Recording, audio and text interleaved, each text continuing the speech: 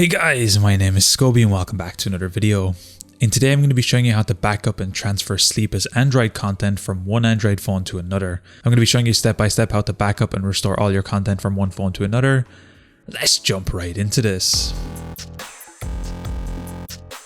So I will mention for this video I'm actually going to be using two different Android phones. I will be putting text on screen whenever I switch between them, between my phone 1 and my phone 2. Phone 1 currently has my sleep as Android content, whereas phone 2 currently has nothing inside. So what we're going to be doing is starting on phone 1, we're going to be opening up sleep as Android. And once your sleep as Android is open, what we're going to be doing is clicking our burger menu or the three lines on the top left, which is going to open up this sidebar menu right here. Once this opens up, we're going to be looking for the option here called backup, and that's going to bring up this pop-up screen right here. Here we'll have a couple different options for backup. For today's video, I'm actually going to be selecting the local backup, which is going to create an export file.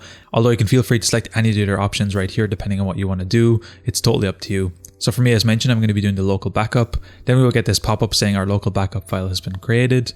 Now we can also see it mentions here exactly where this file has been exported to. So it's inside our storage, emulated 0, and then sleep-data. And it's going to be in a zip file named sleep-export.zip. And that's where all our contents are going to be kept. So once we know this, we're simply going to have to locate to this with any file explorer you want. For today's video, I'm going to be using ZArchiver. I'll be leaving this linked in the description down below. Feel free to use any file explorer application you want and simply locate to that file location wherever it is on your phone.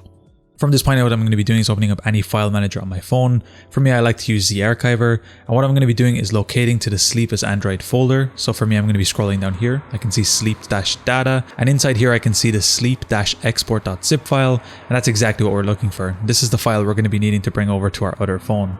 Now, from this point, there's a couple of ways you can bring this over to your phone. You can feel free to use email. You can use Bluetooth or anything else you want. For me, in today's video, I'm actually going to be using the Android feature Nearby Share. This is a really cool feature that if your phone is close to each other, they both have Bluetooth enabled and they both connect to the same Wi-Fi network, I believe is also a requirement. You'll basically be able to send these files directly to each other without anything else in between. So what I'm going to be doing is doing this.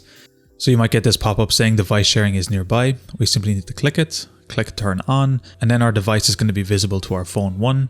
From this point, we're going to be going back to phone 1. We're going to be selecting our phone 2 or the other device that we want to send it to.